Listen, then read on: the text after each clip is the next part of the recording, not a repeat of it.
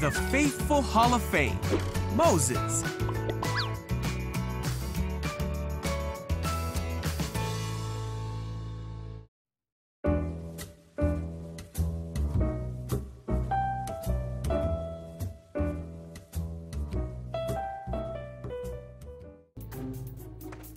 This is Moses, who was an Israelite born in Egypt in a time when Israelite boys were not supposed to live. Wait, huh?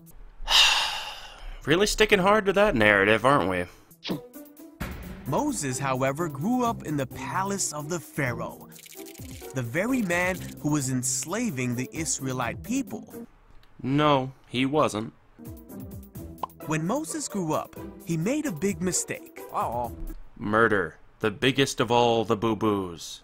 So Moses ran away from Egypt Ah! to the land of Midian. Ah. After many years, an angel of the Lord appeared to Moses and told him to go back to Egypt to free the Israelites. After much protesting, God granted Moses his brother Aaron to speak on his behalf. Phew. Just in case you wanted to skip past the whole Moses murdering somebody thing and get right to the part where God murders people. So Moses went to Egypt. Yeah, move there. And on his way there, he met Aaron, who was ready to do whatever God wanted him to do. The Israelites were Allegedly. slaves to the Egyptians, but God had a special plan for Moses. Hey, everyone up. Huh?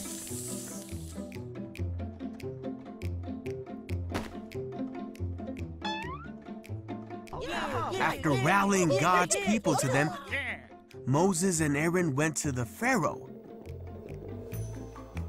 I guess my main question here would be how they managed to simply arrange audience with the Pharaoh with seemingly no issue at all. And said, "This is what the Lord, the God of Israel, has said. Let my people go." Whoa, whoa, whoa, whoa, whoa. Isn't that supposed to be Moses' line? Isn't that like his big thing? Let my people go? Okay, hold on.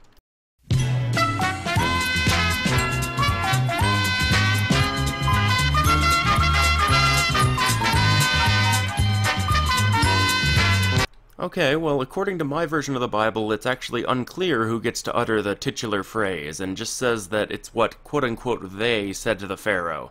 But I guess the long and short of this is that the Aaron guy is kind of getting screwed out of imaginary history. Shoot. And Pharaoh made the Israelites work harder because of this. Hey, where are you?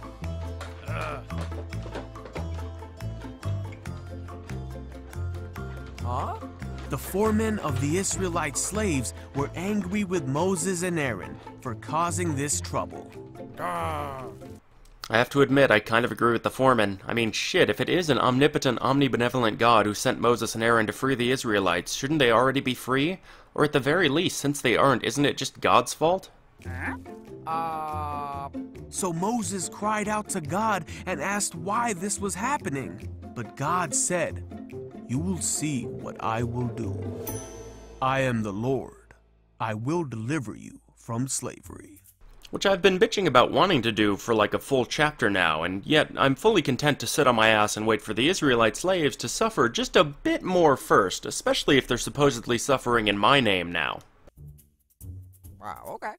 Hey! Moses told this to the people, Hey, hey. but they were so discouraged that they didn't listen to him. Yeah, whatever. God told Moses to go to Pharaoh and to do exactly as he said. So Moses and Aaron went to the Pharaoh. Hey! Hold up, literally last chapter, God had to argue with Moses for several pages just to get him to finally concede to going to see Pharaoh, and even then, only if he didn't have to say a single thing to him himself. Why now is he suddenly so brave? God told them to take the staff and throw it down before Pharaoh. Huh?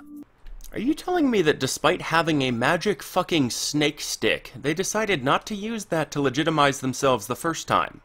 Why? All waiting accomplished was supposedly making life harder for the Israelites. This just makes Moses an asshole. Pharaoh was not impressed. He called his wise men and sorcerers, and they did the same thing. Ooga ooga. What the fuck? How common were magical snake sticks in ancient Egypt? Also, if this is to be taken literally, as even many non-creationist Christians do, wouldn't this mean that magic is a totally real thing in the world? And if that is the case, then what the fuck separates magic from God? Just hallucinations? But Aaron's staff swallowed up the sorcerer's staff. This raises some very interesting quandaries surrounding magical staff snakes. Does a magical staff snake need to eat to sustain itself, or is it simply sustained by the merit of being a magical staff snake? If it doesn't need to eat in order to survive, why did it eat the other staff snakes? Is it just being a dick? If a magical staff snake eats another magical staff snake, does its mass increase? If so, does this mass increase carry over to its normal staff form? If not, where the hell does the mass from the other two magical staff snakes go? It's questions like these that keep me up at night, tossing and turning and mumbling to myself. Yet Pharaoh's heart was hardened, and he would not listen to them. Shoot shoot. Oh good, I thought we were just going to conveniently gloss over the hardened heart of the Pharaoh, and for the most part we are. However, because they just barely mentioned it here, I finally have a chance to bring it up. Exodus chapter 7 verse 3 states, quote, "But I, being God, will harden Pharaoh's heart, and though I multiply my signs and wonders in the land of Egypt, Pharaoh will not listen to you." End quote. This is a problem for so many reasons, like enough reasons that it probably warrants a video of its own. However, I will try and break them down here at least a little bit. Now, some of the most consistent beliefs about the Christian God from most Christians, at least in my own experience, are that 1. God is omnipotent and omniscient, 2. God is omnibenevolent or all good, and 3. God can, by extension, fix any problem, prevent any misfortune or discomfort, and completely reshape anything to fit his desires. Now, when we combine all of these things with the fact that bad things still happen in the world, you're left with the problem of evil. This being the fact that if God is truly omnipotent, omniscient, and omnibenevolent, there should be no room for bad things in the world, as a God described like that would not, by his own very nature, allow these bad things to exist or happen.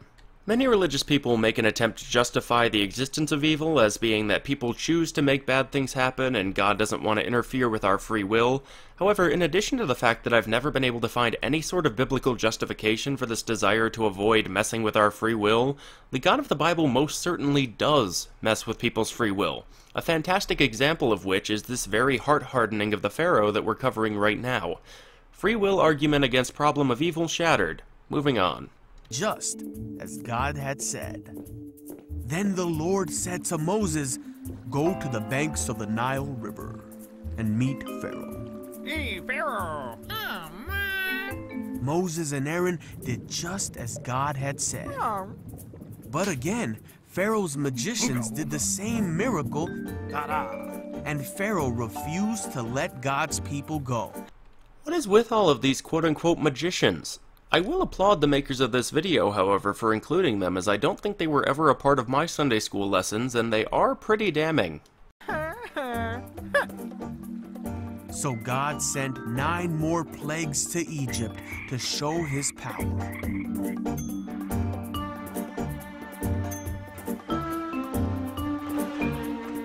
Even with all the suffering, Pharaoh's heart stayed hard, and he would not let the people go.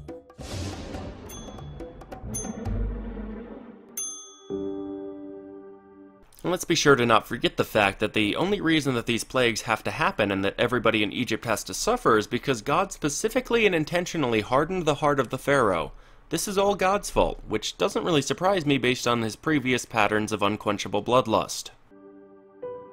On the night of the last plague, Pharaoh woke up and heard a great cry in Egypt. Oh, no.